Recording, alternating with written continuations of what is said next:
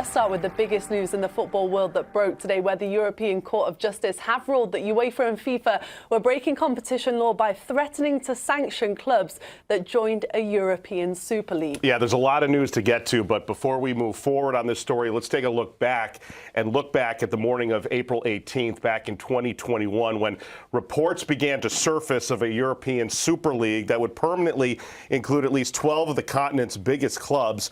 By the end of the day, the member clubs posted uniform statements announcing their intent to join the breakaway league, but fans, media, and players widely in opposition of the league weren't going to allow their displeasure to be unheard. By the next morning, the backlash had grown into a fervor. UEFA President Alexander Ceferin released a statement condemning the clubs and saying players who participate would be banned from the World Cup and Euros. German powers Bayern Munich and Dortmund rejected their invites. You even had Liverpool manager Jurgen Klopp speaking out in a press conference saying that he didn't want the league to happen.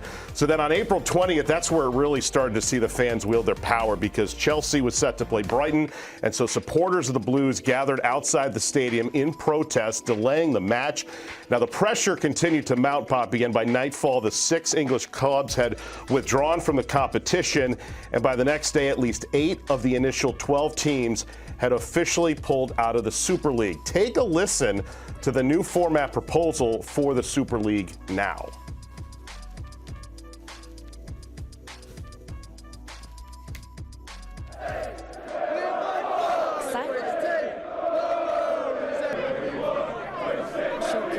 Tension throughout the year. It's an open system featuring promotion and relegation and 2 stages, a league stage and a knockout stage.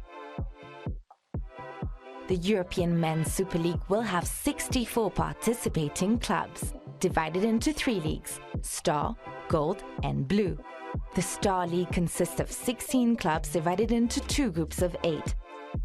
It's the same for the Gold League, 16 clubs, 2 groups of 8. The Blue League will have 32 clubs split into 4 groups of 8. During the league stage, clubs play each other within their groups, home and away. That's 14 matches per club each season, 7 at home, 7 away. The top 4 clubs in each group of the Star and Gold Leagues and the top 2 clubs in each group of the Blue League will qualify for the knockout round, starting with the quarter-final. The quarter and semi-final consist of a 2-legged knockout round, home and away. The final will be played on neutral ground. The knockout round finals winners will be the Blue League, Gold League and Star League champions. Introducing Unify, our proposal to create a single direct-to-fan streaming platform offering all Super League matches and highlights for free.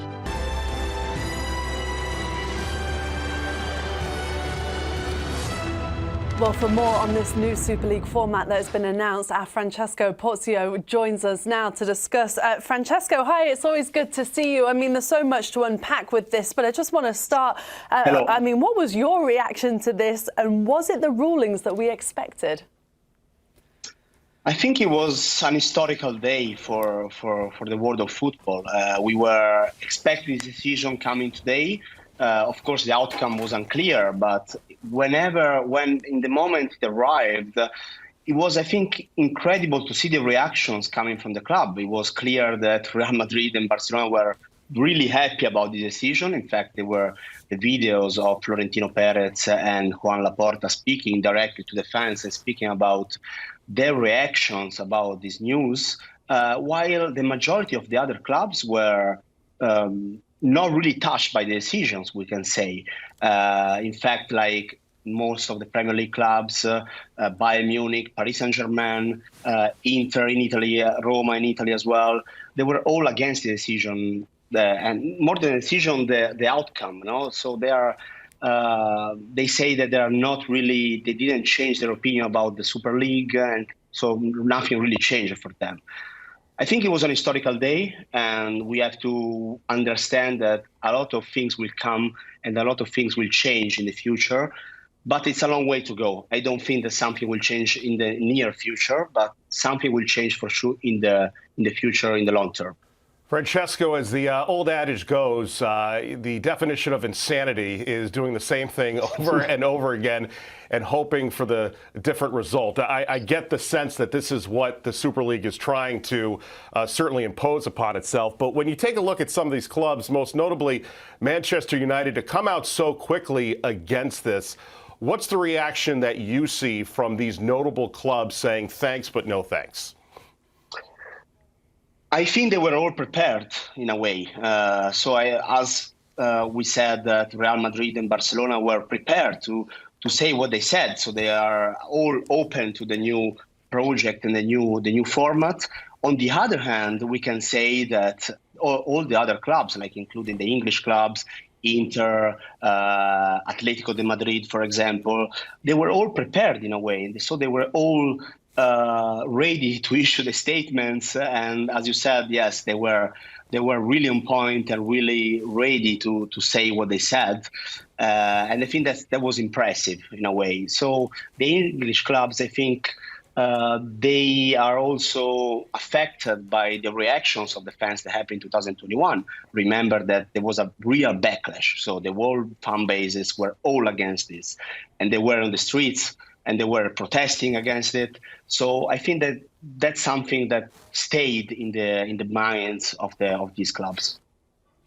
You mentioned, Francesco, I mean, the fan backlash was something that just stands out so easily when you think back to this Super League, because it felt like it was over before it really began because of how upset the fans were. And part of that felt like it was because it was going to be an exclusive league where there was no promotion and relegation. But then seeing this new format change, it looks like we are going to see that. So where does the Super League go from here? Because the good news for them is that the ruling is some way obviously in their favour, saying that they can't be punished for teams joining the Super League. But the bad news is they've only got 2 clubs that are in it realistically at the minute. So is this the end of the Super League, or do you think that something really will come to fruition from it? I think it's very difficult today to say if this is the end of the Super League or not. I believe that clubs like Real Madrid and Barcelona really believe in this project and really believe that this can really happen. On the other hand, I think the issues, or I would say more of the communication side that this project had in 2021 has an impact on today's decision. So I would say that the reactions coming from the clubs and also from the fans, most of them are actually coming from 2021. I think there is a consequence of what happened 2 years ago. I don't say, and I don't think that this is the ideal project for the future of football, but at the same time, I believe that this kind of decision and this kind of reactions had an impact on today's decision. So I think that most of the clubs are more worried about what the fans think about it rather than the actual project itself. That's why, for example, I make an example. Inter today in today's statement didn't even mention the word Super League. And that's something that I think is really important. It means that they say, yes, we stand with UEFA, we stand with FIFA, we stand with the world of football, but at the same time, they are not ruling out the possibility of joining the Super League in the future. And AC Milan did the same later today. So I think that's something that it's important to mention. Francesco, I want to stay just a moment on the fans' reaction, because maybe I'm naive, but the last thing that you want to do is ignite a fan base the way that you did back in April of 2021. Why, if you were the Super League, would you ignite this fan base in the wrong direction when you're trying to garner any type of popularity for this to move forward? That's a very, very interesting question, and it's also difficult to answer because I'm not a club, so I cannot answer for them. But at the same time, I think they are trying, and I think Real Madrid president Florentino Perez has said it very clearly, that they want to try to find a way to create a league that is more competitive in a way and also more interesting for the fan base. So their initial idea, let's start with that. Their initial idea was to create a league that you could only watch games such as Real Madrid play against Bayern Munich and Real Madrid play against Barcelona and against the bigger clubs. So their idea is to create a more interesting league to watch in general. At the same time, I think today's decision and today's new proposal was more interesting and more also competitive in a way, because it's an open league. It's completely different from the project they presented 2 years ago. And I really believe that if they presented this project 2 years ago, the reaction was different. The main issue was how they did it 2 years ago. And that's having repercussions also today.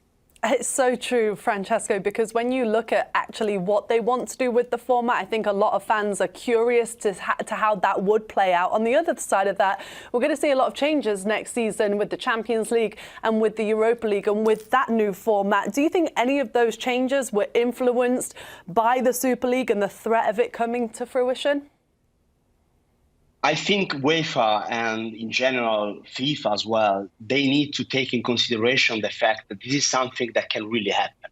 So I'm not saying that they have to restructure what they were thinking, and that's something that today came out. I don't know if that's something that will happen or not, but at the same time, UEFA have a big issue right now, and they have to deal with that, even if they don't like the idea and the fact that Real Madrid or Barcelona might leave the UEFA competitions. That's not good at all for the UEFA itself.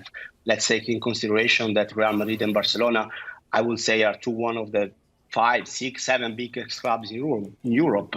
So they need to take that in consideration, and at the same time, they have to find a way to make everyone more happier in a way. I don't know if that can happen in the Champions League or not, but UEFA needs to take in consideration that, and they might have to change their future plans.